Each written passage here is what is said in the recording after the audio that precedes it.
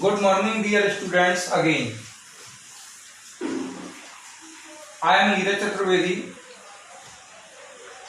Today, I will discuss about the definition of money and money supply.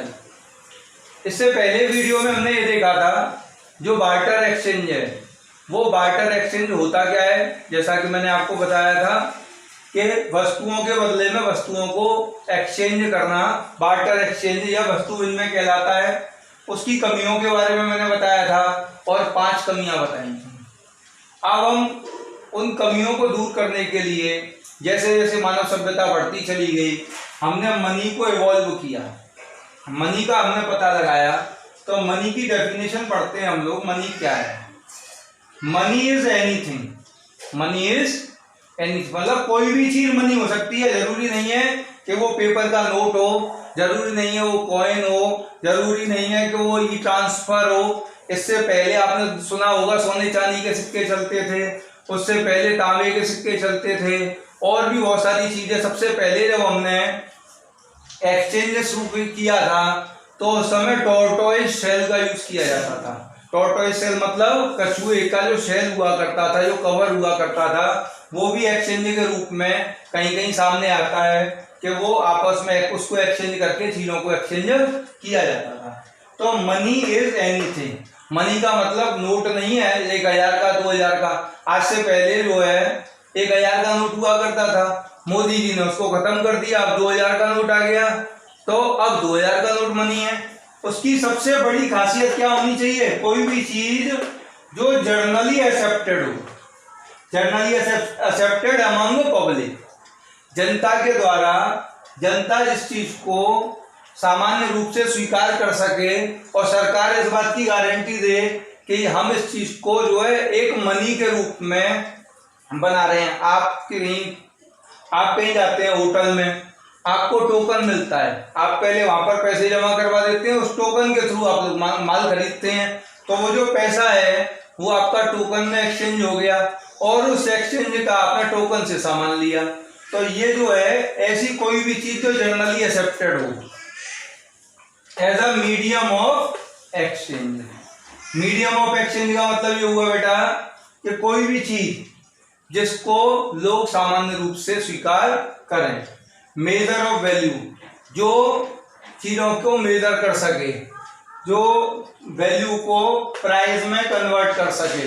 जैसे 1 kilogram गेहूं कितने रुपए का है, अब वो कन्वर्ट हो गया, आसानी से वैल्यू मेजर हो रही है। ये किसके थ्रू पॉसिबल हो पा रहा है? मनी के थ्रू। स्टोर ऑफ वैल्यू, आज आपके पास में मैंने बताया था lack of store of value barter system में कि हम चीजों को, हमारे यहाँ जो भी चीज प्रोड्यूस होती थी जो नॉन ड्यूरेबल हुआ करती थी उनको हम ज्यादा लंबे समय तक कैरी नहीं कर पाते थे। अब यहाँ पर देखिए स्टोर ऑफ वैल्यू में आज हमारे यहाँ पर मान लो गेहूं पैदा हुआ, उस गेहूं को हम बेच करके उसके बदले में पैसे ले लेंगे और उस पैसे से हमारी जो भी जरूरतें हैं, जैसे मुझे कोई चीज खरीद के लेके आनी है उसको उस पैसे से मैं खरीद सकता हूँ। तो वो जो डबल कोइंसिडेंस ऑफ वांट वाली समस्या थी वो भी दूर हो गई और स्टोर ऑफ वैल्यू वाली भी समस्या दूर हो गई।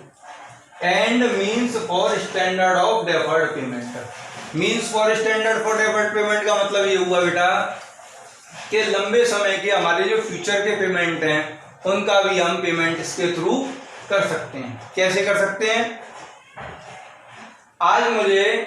आज के 2 महीने बाद मुझे 10 ग्राम सोने की जरूरत है, गोल्ड की जरूरत है।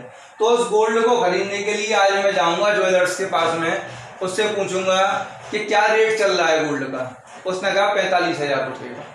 तो मैंने कहा कि मुझे 10 ग्राम गोल्ड की जरूरत है, 2 महीने बाद आप इसमें से कुछ एडवांस ले लीजिए, बाकी 2 महीने बाद मैं डिलीवरी ले लूंगा और मैं पेमेंट आपको दे दूंगा।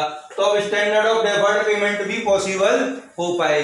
लेकिन अगर यही बार्टर सिस्टम होता और इसमें ये समस्या आती, वहां लैक ऑफ डेफर्ड पेमेंट था, तो ऐसे केस में प्रॉब्लम क्या आती थी पता है? वहां पर प्रॉब्लम ये आती थी कि जब मैं उसके पास में जाता तो मुझसे कुछ ना कुछ गुड्स देने की बात करता कि इतने गुड्स मैं आपको दे दूंगा। जैसे मान लो 1 तोले गेहूं के बदले में मैं आपको 10 बोरे जो है गेहूं के दे दूंगा। लेकिन वो इस बात पर राजी नहीं होता। क्यों नहीं होता? कि गेहूं की क्वालिटी क्या होगी, गेहूं का स्टैंडर्ड क्या होगा, और गेहूं की फसल उस समय तक सही रहेगी कि नहीं रहेगी, वो रिस्क लेना नहीं चाहता। तो ऐसे केस में स्टैंडर्ड ऑफ डेफर्ड पेमेंट में बार्टर सिस्टम में ट्रांजैक्शन नहीं हो पाता, जबकि यहाँ आसानी से ट्रांजैक्शन हो रहा है। ये डेफिनेशन सबको क्लियर हो गई। मनी इज एनीथिंग, कोई भी चीज विच इज जनरली एक्सेप्टेड, जिसको लोग आसानी से एक्सेप्ट करते हैं, as a medium of exchange, medium of exchange के रूप में, जहां आपस में एक दूसरे को जो है एक्सचेंज किया जा सके चीजों को। मेजर ऑफ वैल्यू, जिसमें वैल्यू को मेजर किया जा सके, स्टोर ऑफ वैल्यू के रूप में उसे यूज किया जा सके, और स्टैंडर्ड ऑफ डेफर्ड पेमेंट के रूप में। अगर आपसे पूछा जाए कि मनी के फंक्शन कौन कौन से हैं, तो यही चारों जो 1, 2, 3 और 4, ये चारों मनी के फंक्शन हैं। आपको इसके बारे में लिखना है। बाकी के जो नोट्स हैं मैं आपके व्हाट्सएप पे डाल दूंगा, आप आसानी से उनको डिटेल में पढ़ सकते हैं। मनी सप्लाई, मनी सप्लाई क्या है, एक पर्टिकुलर पॉइंट ऑफ टाइम पर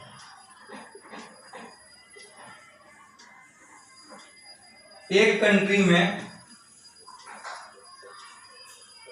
लोगों के पास में जितना भी पैसा है, मतलब मनी है, that is called money supply. क्या बात बताई मैंने, एक पर्टिकुलर पॉइंट ऑफ टाइम पर एक देश में लोगों के पास में जितना भी रुपया पैसा है, रुपए की फॉर्म में, पैसे की फॉर्म में जो भी कैश है, वो सब क्या कहलाएगा, मनी सप्लाई। क्लियर।